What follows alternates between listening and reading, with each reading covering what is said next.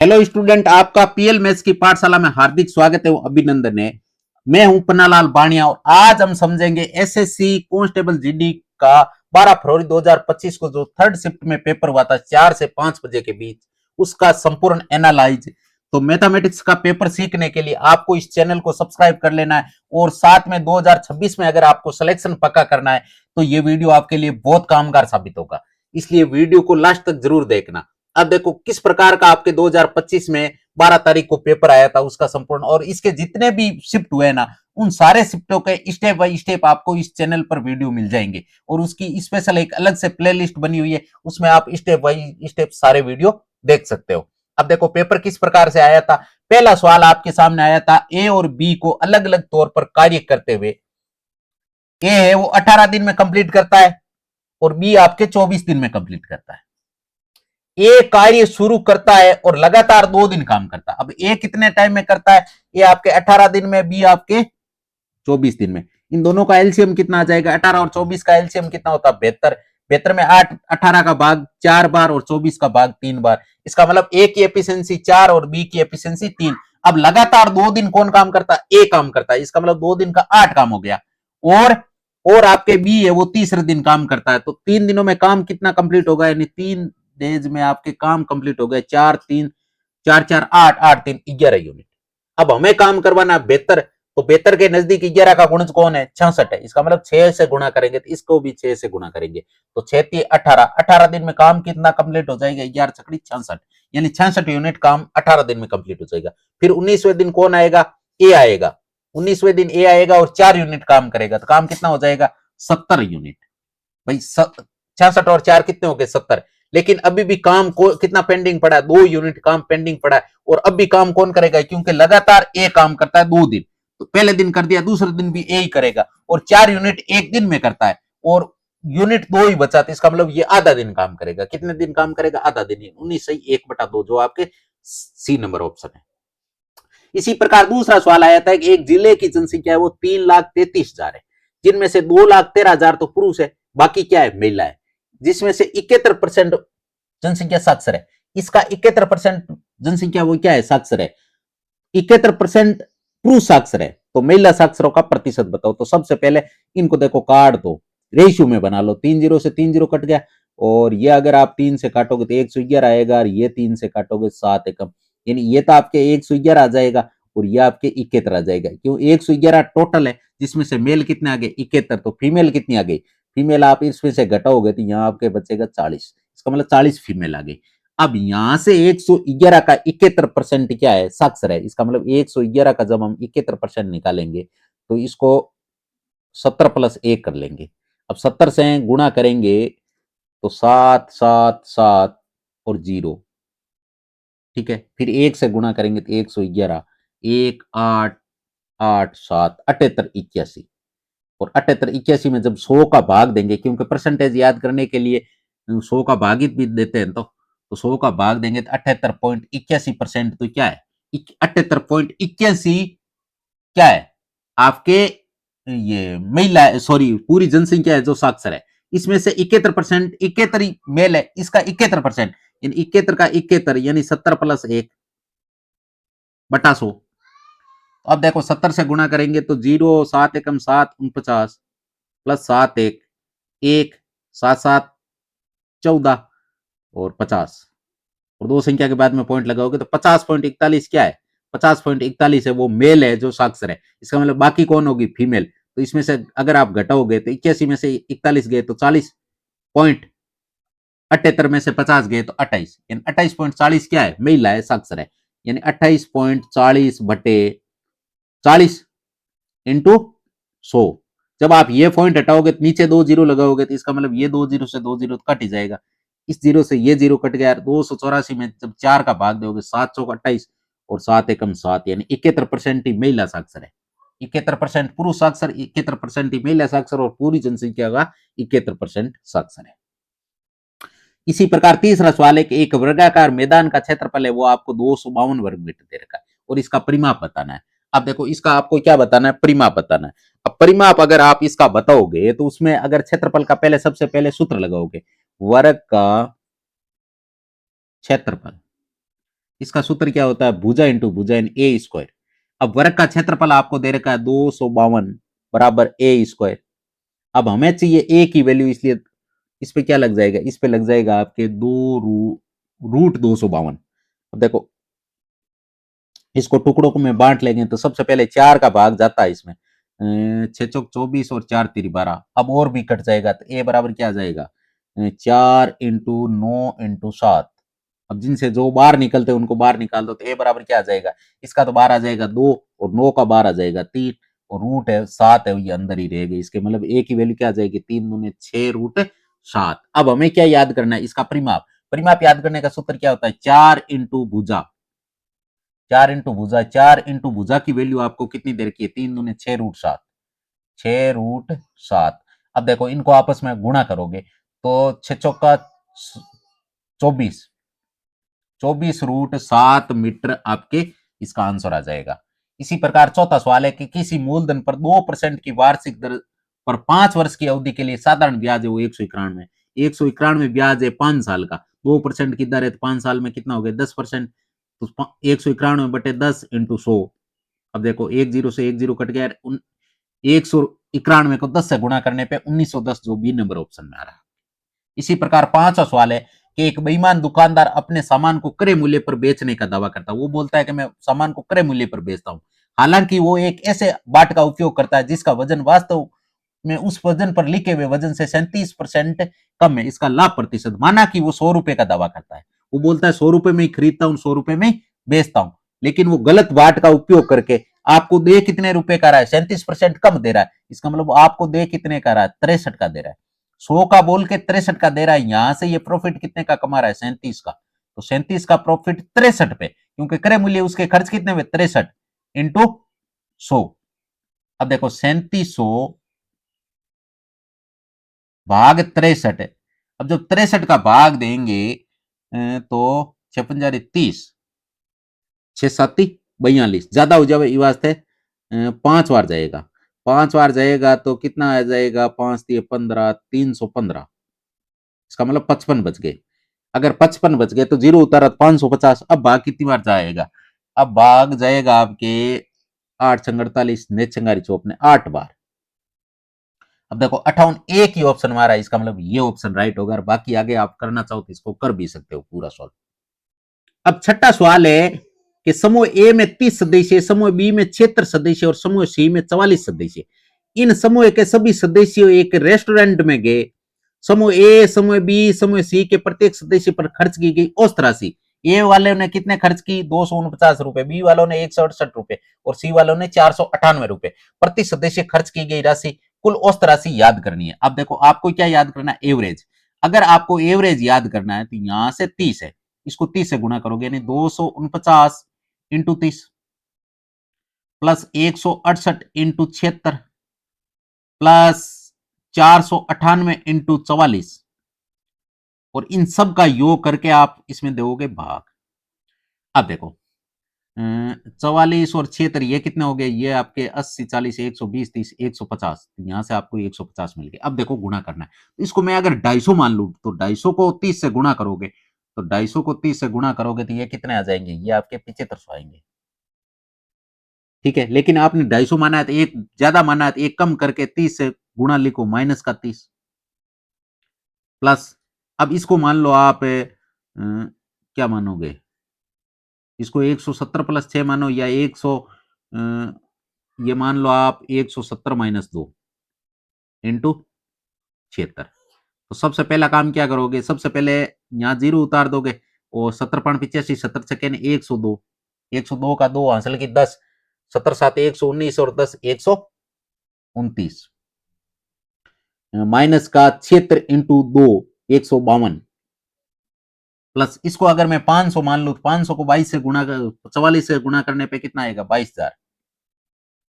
लेकिन आपने माना कितना, 500 माना है, 498 ही है, इसका मतलब 2 से गुणा करके माइनस करो, 44 दूने 88। अब देखो अब आपको क्या करना है, 7,500 है ना, 7,000 और 12,000 19,000, 19,000 और 22,000 कितने हो गए, 19,000 और 22,000 आपके 41,000 हो गए। तो यहां से आपको 41,000 तो फिक्स मिल गए। फिर उसके बाद में क्या करना है, उसके बाद में आपके उसके बाद में एक्स्ट्रा क्या है 500 और 900 1400, 500 और 900 1400, यहां से आपको मिलेगा 1400। 500 और 900 1400 ही तो होता है, और तो कोई प्लस में है नहीं। अब क्या है, अब है बाकी, और एक प्लस में है ये 20। अब बाकी माइनस है, उनको माइनस रख लो। तो ये काम करते हैं अपन,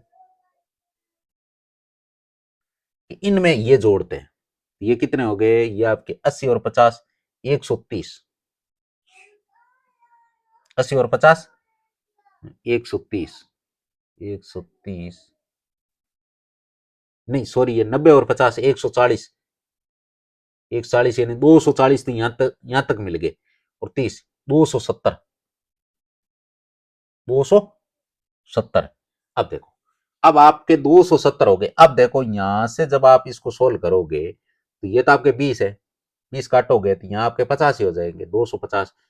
अब ये तो हो गया आपके 42,000, प्लस 400 में से 250 गया तो पीछे कितना बचा 150, तो 42,150, यानी 42,150 में आप भाग कितने का दोगे, टोटल इसका योग कितना है 150, तो 150 का भाग दोगे। अब 42 15 में आप इसका दोगे 15 का भाग, तो देखो 15 दूने 30, 12, 15 टी 120, 1 5 15 एकम 15, यानी 281 बार भाग जाएगा। जो कौन सा ऑप्शन हमारा ए नंबर ऑप्शन।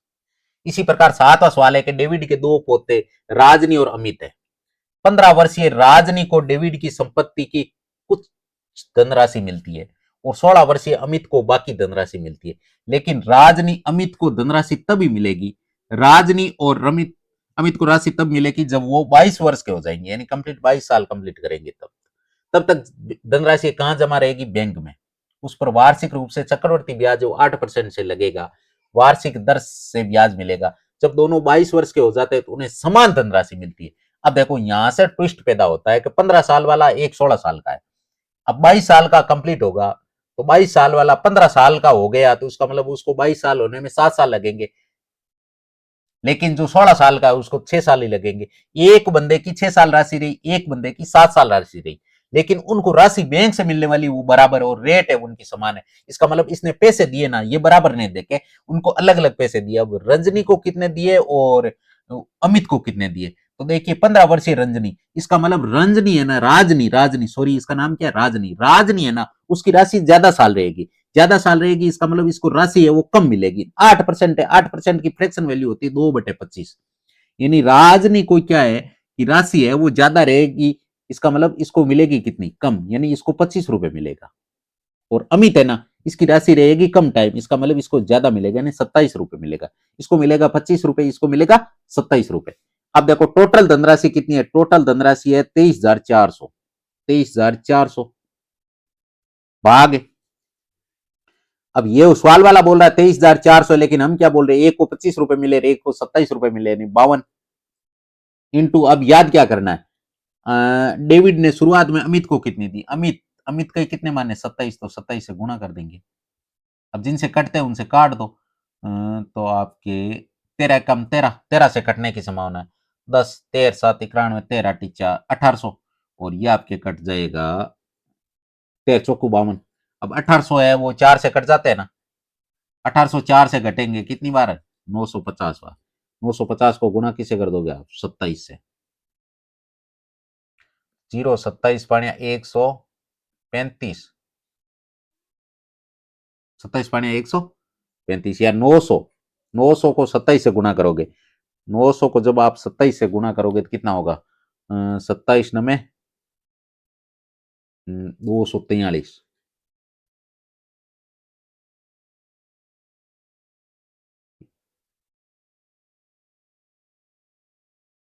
हम्म 243, एक मिनट है, यहाँ से आंसर मैच क्यों नहीं हो रहा है, आंसर कहीं गड़बड़ की है क्या, 13 चौकी 52, 13 18, अच्छा सॉरी 950 नहीं 450 ही है। तब मैं सोच रहा हूं, अगर 27 को 4 से गुणा करोगे आप, 27 को जब 4 से गुणा करोगे तो 27 को कितने होते हैं, 52 52, 27 को 54 54 54, 1 8, 108, यानी 10,800 हो गए। फिर 50 से गुणा करेंगे 27 को, तो 1350। तो कितने हो गए? 11,000, 12,150। 12,150 कौन सा ऑप्शन हमारा? D number option. तो इसका डी हो गया। 8वां सवाल है कि जब कोई वस्तु 4,000 में बेची जाती है, अर्जित लाभ इसे 2790 में बेचने पर होने वाली हानि का 10 गुना है। यदि वस्तु 20% लाभ अर्जित करना चाहता है, तो उसे वस्तु को किस मूल्य पर बेचा जाना चाहिए? अब वस्तु है, उसको अगर 4,000 में बेचता है तो प्रॉफिट होता है, लेकिन 2790 में बेचता है तो उसे क्या मिलती है? हानि। अब इसका क्रय मूल्य हमें याद करना है। इसका क्या याद करना है? क्रय मूल्य। अब यहां से आपको क्या दे रखा है कि जितना इसमें बेचेगा, इसमें जितना लाभ होगा ना, वो 2790 में अगर बेचेगा ना, उसके 10 गुना लाभ, मतलब हानि के बराबर होगा। भाई यहां से हानि मान लीजिए 10 रुपए की हानि हो रही है, तो लाभ है वो कितने का मिलेगा? 100 रुपए का। कितने का? 100 रुपए का। 10 का 10 गुना 100 रुपए। अब यहां से डिफरेंस निकालोगे, यहां से डिफरेंस कितने का आ रहा है? यहां से डिफरेंस 1300, 1210 का। कितने का आ रहा है? 1210 का। लेकिन एक्चुअल में ये डिफरेंस कितने का है?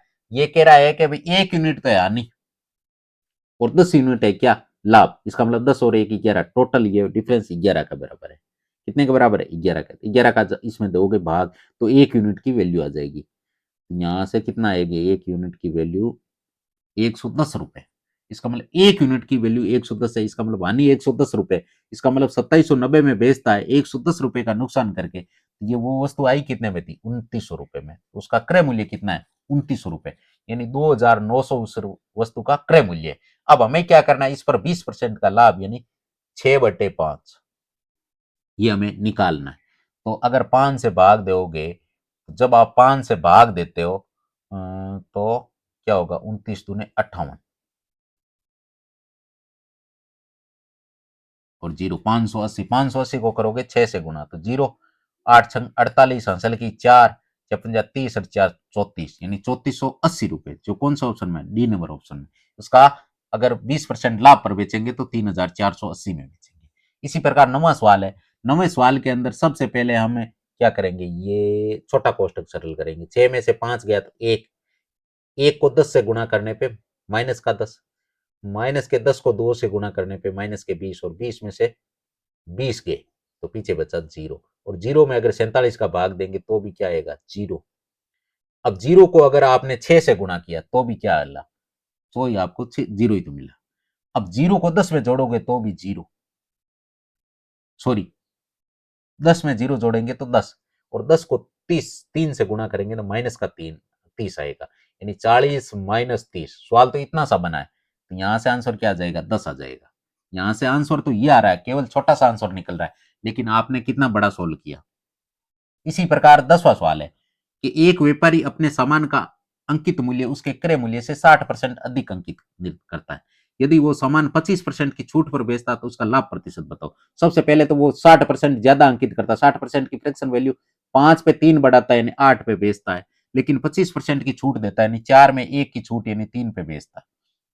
अब करते हैं उनसे काट दो, 4 दूनी 8, और यहां से 5 एकम 5 और 3 दूनी 6। 5 की वस्तु 6 में बेचता है, इसका मतलब 1 का लाभ 5 पर। तो कितना परसेंट हो गया? 1/5 का मतलब होता है 20%।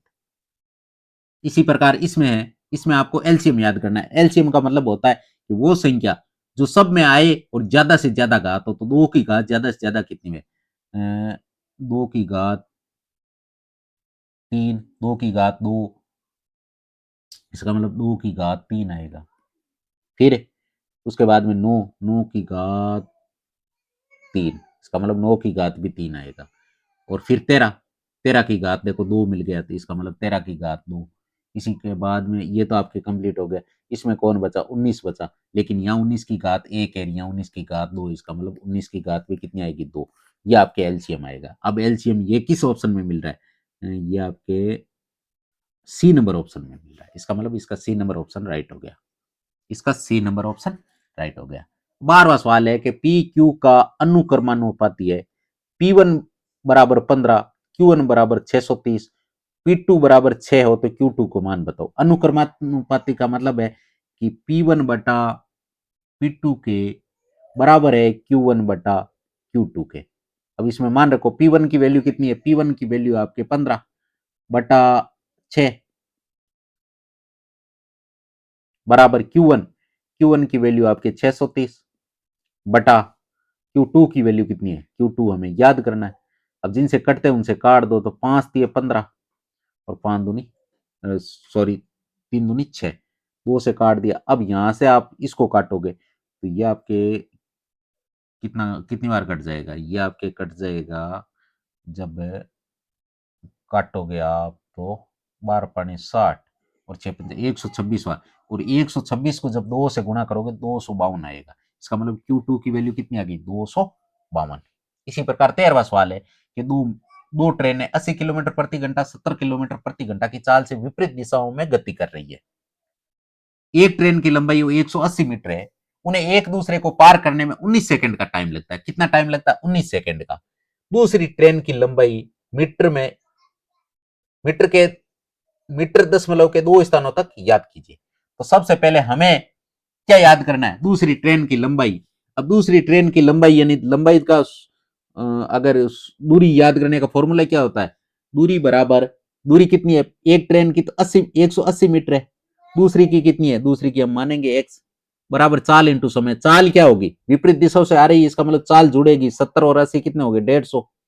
इसको बदलेंगे हम मीटर पर सेकंड में, 5/18 से गुणा करना पड़ेगा, इनटू टाइम कितना, 19 सेकंड। अब कटते उनसे काट दो, तो यहां से सबसे पहले आपके और तो किससे कटने की संभावना है, 6 से अगर काटोगे तो 6 18 और 25, ठीक है। 125 को 19 से गुणा करोगे, 125 इंटू 19 यानी 20 माइनस 1, 20 1250 1250 2500 2500 माइनस 125 यानी 2375 2375 भाग 3। तो यहां से कितना मिलेगा, यहां से मिलेगा भाग, यहां से कितने मिल जाएंगे, 3 का जब भाग देंगे तो 7 × 21 कितना मिलेगा, 7 × 21 आंसर की 2 7 6 चौक 24, नहीं 1 मिनट, ये बराबर आपके 9 बार कटेगा, 9 × 3 = 27 होता है ना, बराबर 9 बार। और फिर कितनी बार कटेगा, फिर आपके 1 बार कटेगा, 2 बच जाएगा, 2/3 का मतलब होता है 0.66। अब 0.66 आ गया, इसका मतलब ऑप्शन बी नंबर ही आएगा। या फिर ये पूरी दूरी आई, इसमें से 180 घटा लो तो भी दूरी तो यही आएगी। दूसरी ट्रेन की लंबाई कितनी आ जाएगी, 611.66 मीटर। अब 14 सवाल के हुए हैं, छोटी से छोटी संख्या कौन सी है जिनमें 5 की वृद्धि करने पर 18, 30, 36 और 24 से विभाज्य। अब सब में क्या कर दो, 5 की वृद्धि कर दो, तो ये 18, 30, 36, 24 से पूरा पूरा भाग चला जाएगा।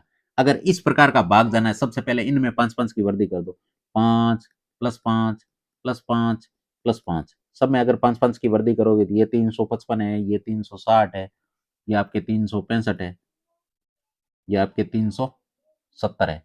यहां से देखो, ये ऑप्शन और ये ऑप्शन दो तो कैंसिल हो गए। अब कैंसिल क्यों हो गए, आप बोल सकते हैं यहाँ पे कितने 30 है, इसका मतलब इसमें 0 है।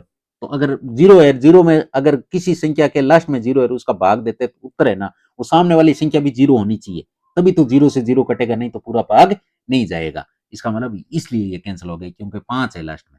अब यहां से 360 होगा या 370 होगा, ये देखते हैं। तो सबसे पहले 360 में भाग 18 का जाता है, 30 का जाता है, 36 का जाता है, 24 का जाता है। इसका मतलब ऑप्शन आपके बी होगा।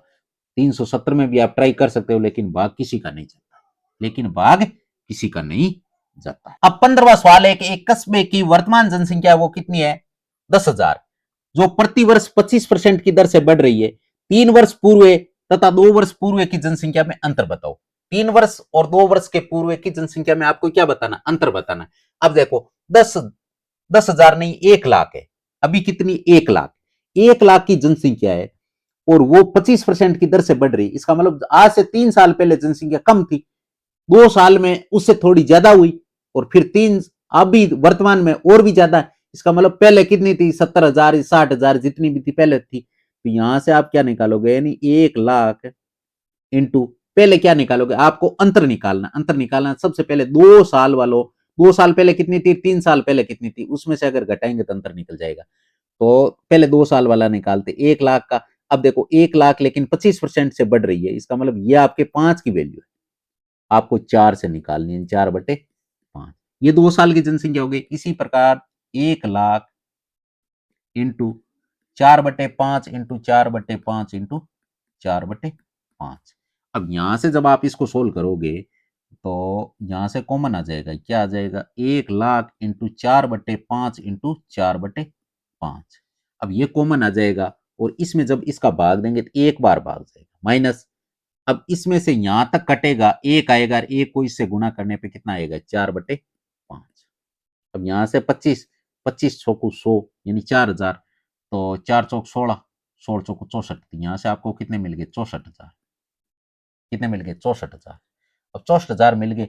अब यहां से जब आप 1/1 में से 4/5 घटाओगे तो 5 एकम 5, 5 में से 4 गया तो 1/5 आएगा।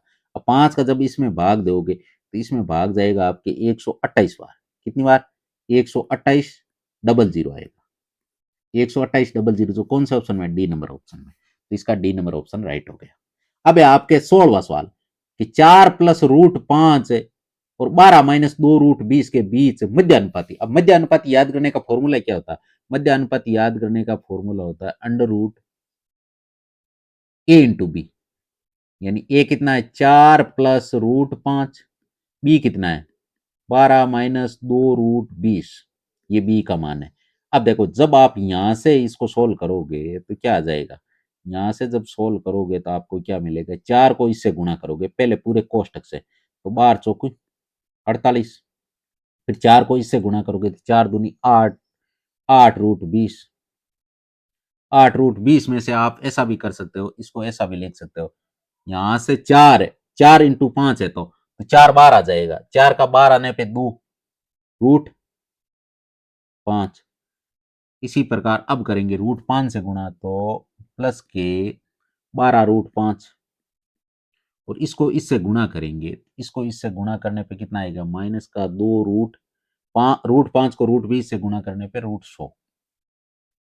तो यहां से क्या मिल जाएगा, यहां से मिल जाएगा 48 - 8 दूनी 16√5 प्लस 12√5 माइनस ये 10 बार आ जाएगा, 100 का रूट बार निकालेंगे 10, तो 10 दूनी 20, तो 48 में से 20 गए तो 28, और 16√5 तो किसके हैं, माइनस के, 12√5 किसके हैं, प्लस के। इसका मतलब इसमें से ये घट जाएगा, इसका मतलब माइनस के कितने बचेंगे, 4√5। अब यहां से आप क्या करोगे, ये देखो रूट में चल रहे हैं अभी तक, पूरा ऊपर वाला रूट हटाया नहीं है। यहां से आप क्या करोगे, रूट के अंदर है वो 4 कॉमन ले लोगे। 4 जब आप कॉमन लोगे तो इसमें भाग कितनी बार जाएगा, 7 बार। इसमें भाग कितने जाएगा, 4 से 4 तो कट जाएगा, √5 बचेगा।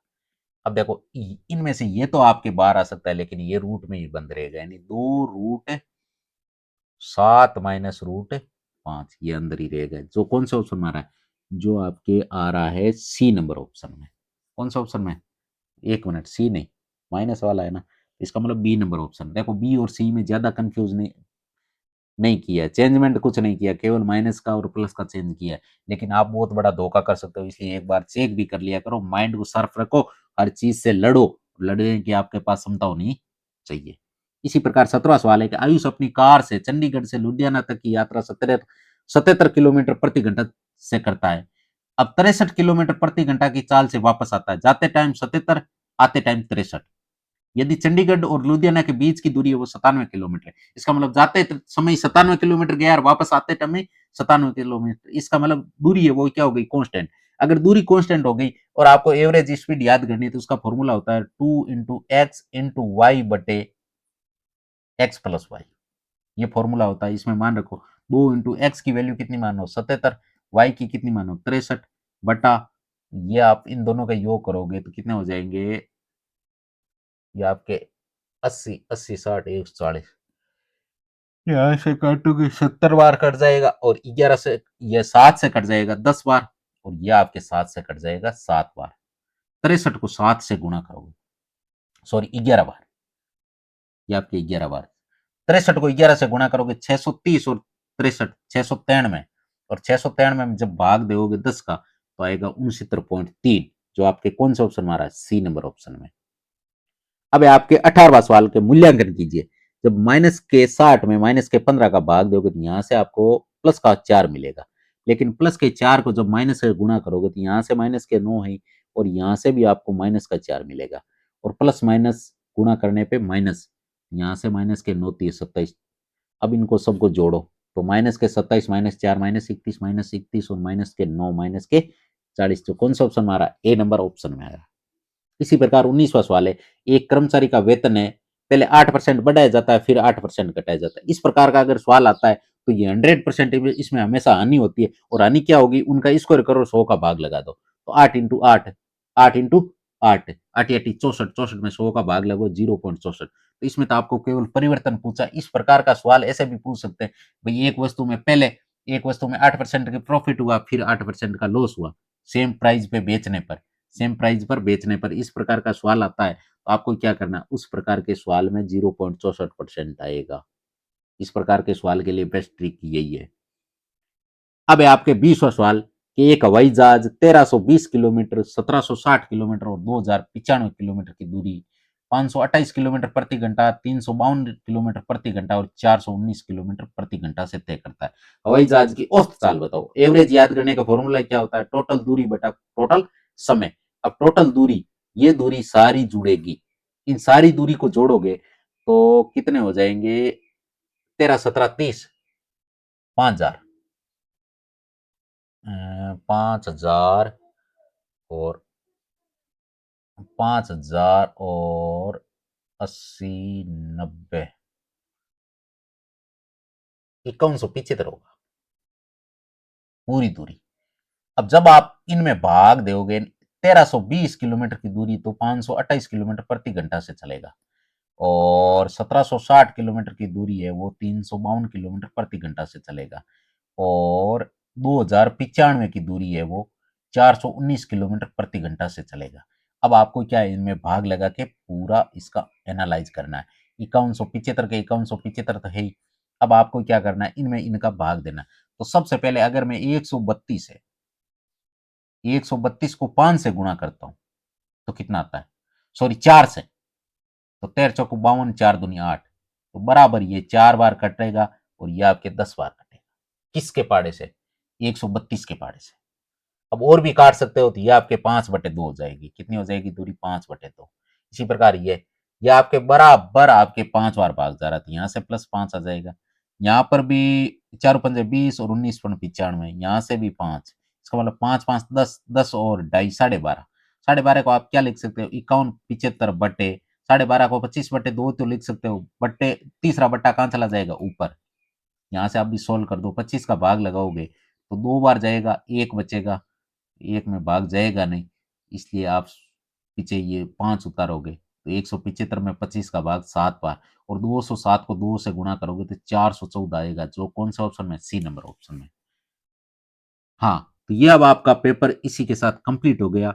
अगर आपको आज का एनालाइज समझ में आया, अच्छा लगा है तो वीडियो के नीचे एक अच्छा सा कमेंट कीजिए, और अगर किसी प्रकार का कोई डाउट रहा है तो भी आप कमेंट करके बताइए, ताकि अगले वीडियो में हम उसका सुधार कर सके। और आप, अगर आपने वीडियो देख लिया, आपको समझ में भी आ गया सारी प्रकार के, आप अपने दोस्तों के साथ भी शेयर कीजिए, ताकि वो भी 2026 में आपका सिलेक्शन पक्का कर सके और आपकी हेल्प कर सकते हैं, आप उनकी हेल्प कर सकते हो। अब देखो, आज का वीडियो जिस हिसाब से बनाया उसी के हिसाब का, उसी पावर का कल आपको एक और वीडियो मिलेगा, तो हमेशा वीडियो वॉच किया कीजिए और ज्यादा से ज्यादा अपने फ्रेंड्स के साथ शेयर भी किया करें। तो टेक केयर, बाय बाय, जय हिंद, जय भारत।